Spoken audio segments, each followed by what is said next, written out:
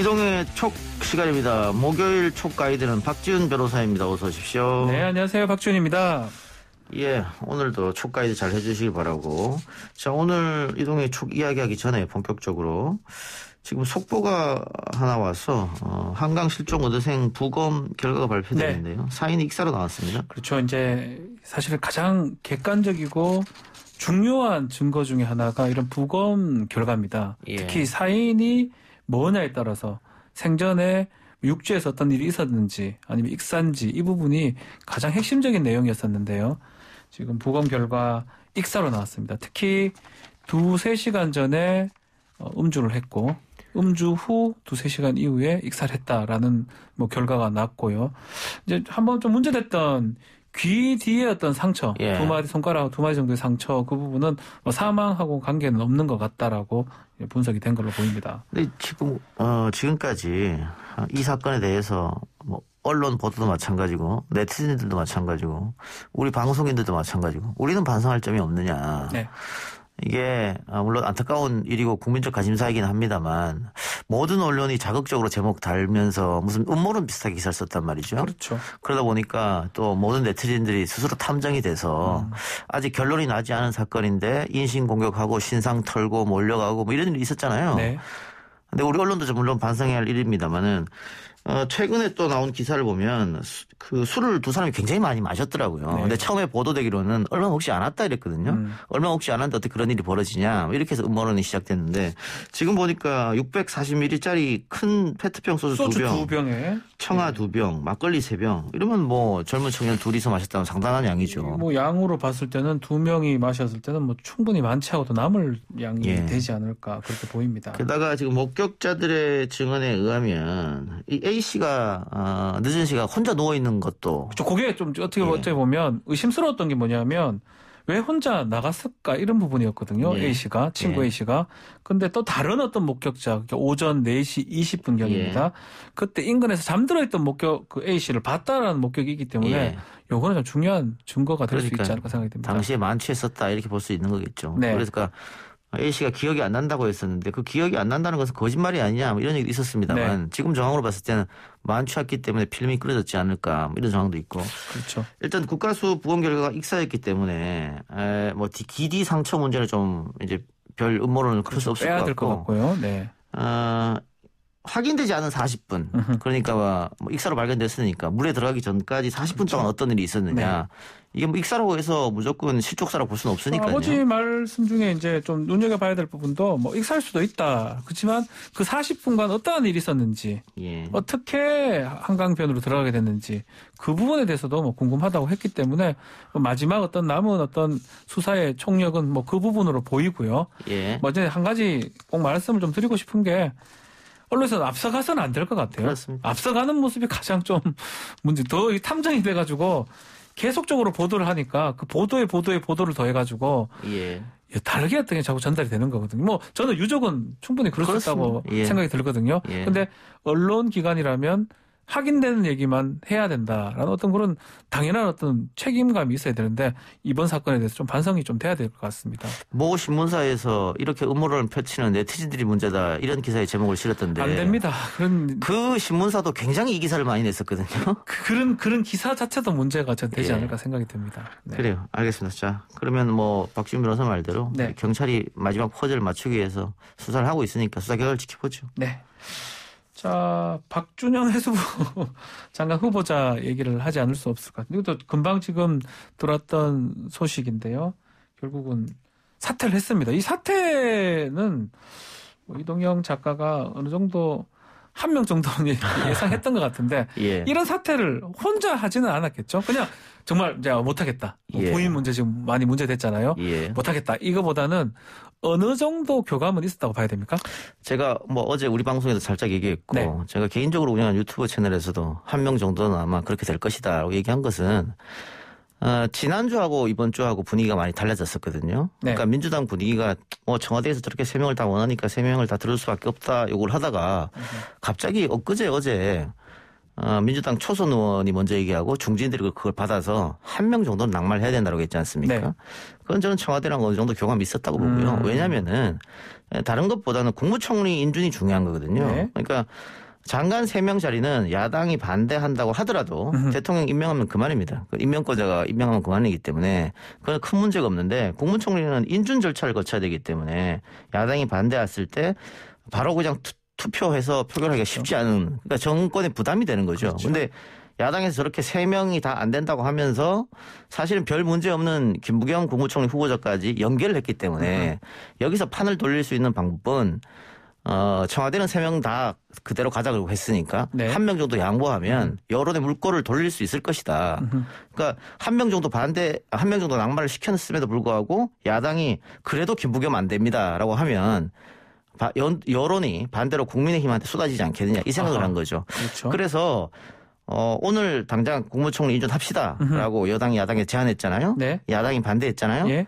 이거 시간 끌면은 야당에게 불리해요. 자, 그러면 두 가지 정도 질문을 좀 해야 될 것 같은데 언론에서는 지금 당청 갈등 이번 인사 관련해서 그런 얘기를 하고 있는데 그러면 이 작가 말로는 그런 당청 갈등 부분은 아니다. 언론에서 좀 앞서가는 거다. 이런 겁니까? 그거는 당정청이 만나서 이야기를 했기 때문에 그렇죠? 예, 국민 눈높이 이야기하고 뭐 예를 들어서 3명 중에 2명 이상이 낙마를 했다고 한다면 그거는 뭐 청와대의 이야기랑 다르니까. 그러나 1명이기 때문에 거기다가 이 1명이 정치인 출신이면 문제가 좀 생겨요. 관료 출신이죠. 관료 출신이잖아요. 그러니까 진급해서 올라간 사람이기 때문에 국민적 관심도는 정치인보다는 떨어질 거 아니에요. 그런 점에서 큰 무리 없었다. 그래서 당정청 갈등이라고 보기는 어렵고요. 지금 민주당에서 아마 7시입니다. 7시죠? 예. 7시에 본회의 연다 그랬는데 예. 의석수가 많기 때문에 본회의 열어서 인준은 가능합니다. 자, 그러면 인준을 한다. 자, 근데 여기서 이제 공은 어디로 넘어갔냐면 그렇죠. 이게 이제 좀 궁금한 부분이 이게 국민의힘으로 넘어간 거예요. 자, 여기서 그럼 인준안 처리한다고 해서 본회의를 열었는데 보이콧을 할 것이냐. 들어와서 안 찍을 거 반대를 네. 할 것이냐. 7시인데요. 다 됐습니다. 네. 시간은. 네. 자, 국민들 보기에 그 새 후보자는 도덕성에 문제가 있는 것 같다. 어허. 다만 김부겸 후보자가 무슨 문제가 있지? 그러니까 문제가 있다고 하면 지난번 행정안전부 장관 할 때 다 나왔어야 되는데 그렇죠. 그때 그랬는데 이번에 새롭게 나온 것은 딸 부부가 라인펀드 그 문제거든요. 근데 네. 살펴보면 그 피해자인 거잖아요.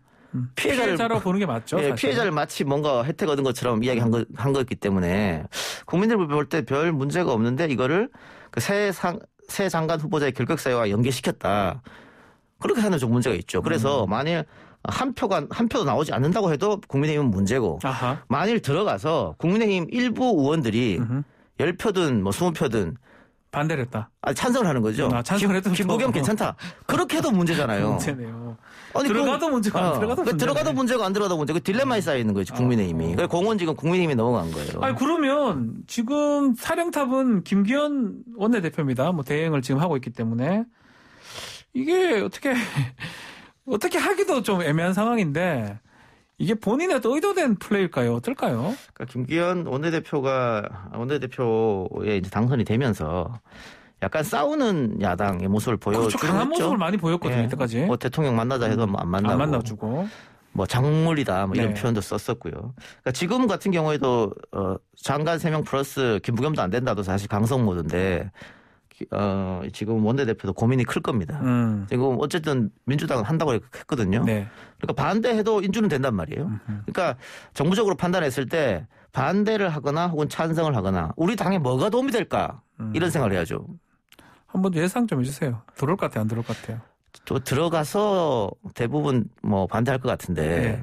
그래도 소신 있는 국민의힘 예를 들어 하태경 의원 같으면 쿨하게 처리해 주자 그랬단 말이에요. 하태경 의원 등등 몇 명은 찬성표를 던질 것 같기도 해요. 그렇게 되면 또 그것도 국민의힘으로서는 머리 아픈 일이죠. 7시니까 시간이 지금 얼마 없지만 뭐 좀 있으면 저도 막 들어가는 것밖에 방법 예. 안 들어가는 게 더 큰일 날 것 같거든요. 그러면은 뭐 협치는 여당만 하는 건 아니잖아요. 네. 야당도 해야 되는데 어쨌든 한 명이 장관 후보자 한 명이 포기 의사를 밝혔고 청와대가 받아들였으면 야당의 요구는 어느 정도는 들어줬다. 그런데 보이콧을 한다?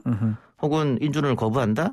그렇게 됐을 때는 발목 잡는 야당 비판을 위한 비판 이런 비판에 직면할 수 있기 때문에 고심이 좀 클 겁니다. 어쨌든 듣고 봅시다. 이거는 박준영 후보자가 만약 사퇴를 안 했다가 또 그러면 달라지죠. 달라졌겠네요. 그러면 공은 청와대에 가는 거예요. 그렇죠. 그리고 박준영 후보자가 사퇴를 안 했으면 오늘 민주당에서 이거 못 합니다. 그죠? 본회의를 못 열죠. 본회의 자체를 못 엽니다. 그러니까 한 명 사퇴했기 때문에 본회의를 열 수 있는 거예요. 네. 자, 이제 명분은 쌓였다 이렇게 되는 거죠. 근데 이 작가가 얘기했던 대로 가는 것 같아서 놀랍네요.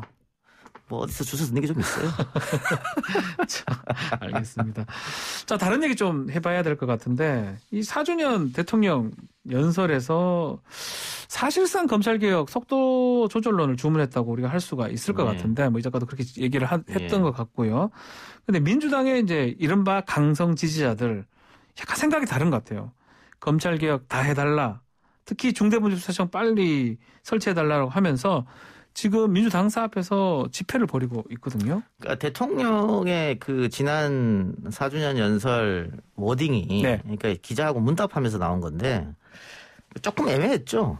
그러니까 해석을 해야 되는 부분이 있었어요. 네. 그러니까 사실상 속도 조절이라고 말을 안 했지 않습니까? 그렇죠. 그 얘기는 하지는 않았습니다. 네, 그러다 보니까 지지층들은 자기 편한 대로 해석을 하는 거죠. 그러니까 대통령이 원론적 얘기했다. 더 강한 주문을 했다. 이렇게 하면서 대통령은 잘하는데 민주당이 못한다. 뭐 이런 스탠스거든요. 민주당 지지자들은. 그러다 보니까 180석이나 갖고 있으면서 뭐하냐. 검찰개혁을 완수해라. 검찰개혁이 완수되지 않으면 다음 대통령 선거는 없다. 뭐 지금까지 검찰 수사한 거 봐왔지 않느냐. 편향성이 있지 않느냐. 뭐 이런 거거든요. 이런 건데 민주당 입장은 좀 답답할 거예요. 지지층은 이렇게 지금 나오고 있습니다만 현실적으로 국민들은 개혁의 피로감, 특히 검찰 개혁의 피로감이 상당히 쌓이는 상태. 거의 뭐 4년째 하고 있어요. 그럼요. 그리고 공수처 설치하면 다 될 것처럼 얘기했잖아요. 네. 공수처 설치했잖아요. 설치했죠. 그런데 뭐 또 중대범죄수사 그럼 어디까지 가야 되느냐. 그리고 이런 게 있어요. 개혁은 아무도 모르게 굉장히 빠르게 실시해야 되는 거예요.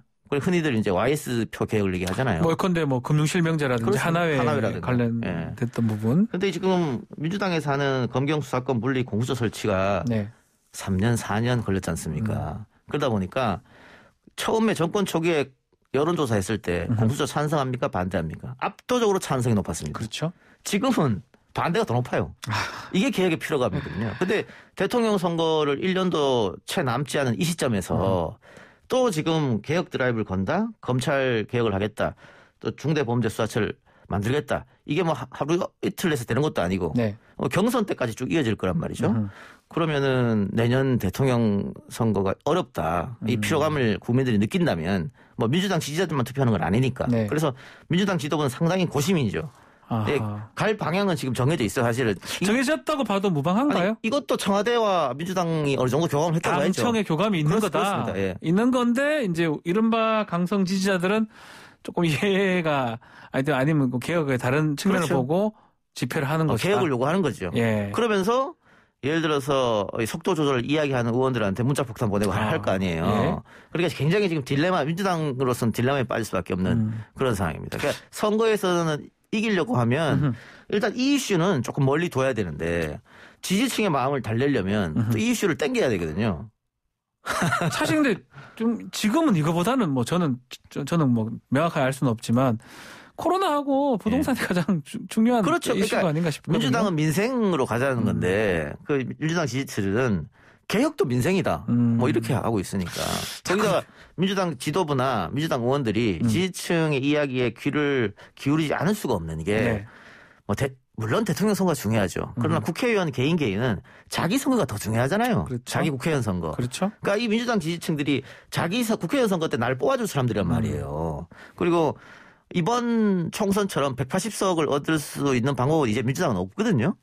뭐 모르죠. 뭐 현실적으로 불가능합니다. 그렇게 되다 보니까 민주당 지지층들의 마음을 안 다치게 하려고. 그래서 앞에 나서는 의원들은 없어요. 그러면 지금 김용민 의원이나 황운하 의원 역할이 좀 클 것 같기도 하거든요. 그래서 황운하 의원이나 김용민 의원이 지금 드라이브를 걸고 있죠. 김남국 의원도 함께. 같이 하는 것 같아요. 근데 뭐 세 사람도 민주당 의원들도 만나고 청와대 관계자들도 만나고 여러 가지 대화를 나눌 겁니다. 만약에 수사청 얘기가 계속 나온다면 내년 대선에 좋은 영향을 끼치진 않을 것이다 이렇게 보는 건가요? 그렇죠. 계속 이 정도 하고 마무리가 오히려 민주당 입장에서는 유리할 수 있을 것이다. 왜냐하면 지금 야권 후보 중에 민주당의 위협적인 인물은 윤석열 전 총장밖에 없잖아요. 그렇죠. 나머지는 다 두 자릿수도 안 나오잖아요. 여론조사하면.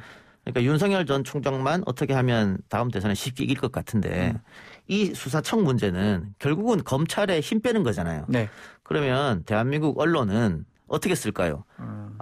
이 집권당이 중립적인 검찰을 탄압한다. 이렇게 쓸 거 아닙니까? 그러면 그 탄압받았던 검찰에 탄압받았던 상징이 윤석열이잖아요. 그렇죠. 그러면 윤석열 지지율 올라가겠죠.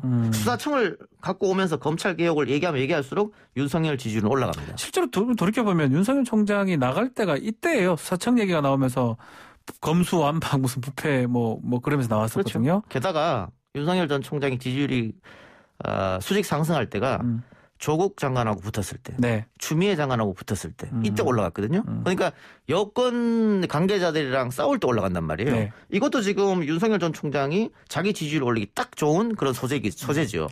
이게 정무적으로 전략적으로 봤을 때는 사실 뭐 그 옳고 그름 떠나서 여권에 불리할 수 있다. 요 이슈가 이동형의 촉 시간은요. 옳고 그름을 논하는 시간이 아닙니다. 그래도 좀 옳고 그름도 얘기를 해야죠. 무조건 전략적으로. 정무적으로. 촉만 얘기하는 겁니다. 중요하다. 앞으로 이렇게 전략적 판단해서 어떻게 될 것이다. 그리고 사실은 A, B, C로 가야 되는데 저 사람들은 왜 D, F로 갈까? 이런 거 알려주는 거예요. 그런 것들 알려줍니다. 자, 그럼 하나 더 질문을 드리겠습니다. 자, 옳고 그름이 중요하지 않다고 했으니까요. 이 시간은 그렇습니다. 네, 알겠습니다. 옳고 그름 중요하죠. 여기서. 자, 언론개혁 얘기를 하지 않을 수가 없는데 또 검찰개혁하고 마찬가지로 이른바 강성 지지자라고 분류된 사람들이 언론개혁도 속도를 안 낸다고 말을 하거든요. 또 어제 보니까 송영길 대표하고 최강욱 열린민주당 대표서 둘이가 만나서 언론개혁 얘기를 좀 했던 것 같은데 이건 어떻게 추진이 될 것 같습니까? 그러니까 지금 민주당 지지층들이 원하는 것은 검찰개혁, 언론개혁이잖아요. 그런데 검찰개혁은 말씀드렸고 만일 민주당 지지층들이 원하는 대로 하면 대선에 불리해진다 말씀드렸고 언론개혁은 이미 올라간 법안들이 많이 있어요. 그러니까 민주당 의원들이 뭐 정청래 안도 있고 김남국 안도 있고 여러 개 올라가 있잖아요. 뭐 열린민주당에 최강욱 안도 있고요. 이번에 김남국 의원이 또 알고리즘 안도 냈고 포털 투명화 법안. 그거 통과시키면 되죠. 그러니까 사실 하려면 할 수 있는 거네요. 그럼요. 바로 할 수 있는 거네요. 근데 이게 중대본부수사청 이 문제는 법안을 설립한다고 끝나는 게 아니거든요. 그 법안 내용을 보면 1년이나 2년 유예를 하게 돼 있고. 그렇죠. 뭐 박지훈 변호사가 법률가에 더 잘 알겠지만 이게 수사진들을 다시 꾸려야 돼요. 그리고 검찰에 있는 수사진을 다 빼고 그럼 어떻게 다 옮깁니까? 어떻게 해야 되는 겁니까? 지금도 골치 아픕니다. 지금 공수처하고 지금 검경수사권 조정했는데 일선에 검사하고 경찰들이 혼란을 겪고 있어요. 그러니까요. 검사들은 일이 없고 경찰은 일이 너무 많고 이런 거기다 공수처까지 꼈잖아요. 그런데 공수처는 지금 정원의 반도 못 뽑은 상황이지 않습니까? 혼란스러운 게 사실입니다. 지금. 그런데 여기서 수사청을 또 만든다. 그래서 문제가 있죠. 그렇기 때문에 이거는 언론 개혁의 법안을 통과시키는 거랑 검찰 개혁의 법안을 통과시키는 건 완전 다른 상황이거든요. 그러니까 이거는 투트랙으로 민주당 입장에서는 투트랙으로 가야 된다. 다만 민주당 지지자들 입장에서는 아니다. 함께 묶어서 하나로 가라. 뭐 6월 달까지 통과시켜라. 뭐 이런 거죠. 이 질문은 드려야 되겠네요. 그럼 강성 지지자들이 원하는 언론 개혁, 검찰 개혁, 뭐 강성 지지자뿐만 아니라 많은 국민들도 민주당 지지자들이 원하는 것 같은데 결국은 정권 재창출이 필요할 것 같아요. 민주당 지지자들 입장에서 그렇죠. 대선 앞두고 우리 이동영 촉 어떤 조언 가능할까요? 사실은 언론 개혁이나 검찰 개혁이나 개혁은 필요한 거죠. 필요한데 검찰 개혁 같은 경우에는 지금의 국민들이 민주당 정권이 중립을 지키려고 하는 검찰을 흔든다. 자기 편은 안 건들고 남의 편만 건들다. 이런 생각을 하는 분들도 꽤 있을 거 아니에요. 약간 그렇게 비춰지는 측면도 있고요. 언론 통해서 그렇게 생각 안 하겠지만 그렇게 생각하는 사람도 있단 말이에요. 국민의힘 지지자들은 당연히 그렇게 생각할 테고. 근데 그런 사람들한테 검찰의 힘을 더 빼겠다. 검찰 개혁하겠다. 그게 먹히는 워딩이 아니지 않습니까? 그렇기 때문에 거기다가 또 유력 대권 후보가 윤석열이니까. 검찰총장, 검찰 출신. 그런 점을 봤을 때는 제가 말씀드렸다시피 청와대와 당이 어느 정도 교감이 됐다 이 부분에 대해서는. 그렇다면 민주당 지지자들이 청와대와 당을 믿고 좀 기다려주는. 조금 기다려주는. 만약 한다면 그 완성은 아니면 그 더 진화는 다음 정권에 그럼요. 가능하다. 다음 정권에 할 수 있는 거죠. 언론개혁도 마찬가지입니까? 언론개혁은 지금의 법안을 하면 돼요. 가능하다. 그러니까 지금의 우리 언론은 좀 문제가 있다고 많은 국민들이 판단을 해요. 네. 여러 가지 것들 뭐 제가 일일이 다 말씀 안 드려도 다 아실 테고. 그리고 언론 신뢰도 조사하면 맨날 꼴찌잖아요. 전 세계에서. 전 세계 꼴찌입니다. 자유도는 1등이고요. 그리고 뭐 일단 쓰고 그다음에 아니면 말고 피해 입어도 보상 안 하고 뭐 이런 거지 않습니까? 이런 것들은 조금씩 법안으로서 개혁하면 되기 때문에 또 여기에서 반대하는 국민이 그렇게 크지 않기 때문에 또 이건 또 그렇게 시끄럽지 않을 거기 때문에 이 부분과 검찰 개혁은 따로 나눠서 투트랙 하는 그렇게 봅니다. 이야, 예리하네요. 네. 예리한 거 자랑하려고 이거 만들었어요. 알겠습니다. 다음에는 또 국민의힘이 집권할 수 있는 방법을 제가 알려드리도록 하겠습니다. 그것도 궁금합니다. 궁금하시는 분도 있을 거예요. 박진 변호사 다음 주 목요일 날 뵙겠습니다. 수고하셨습니다. 감사합니다.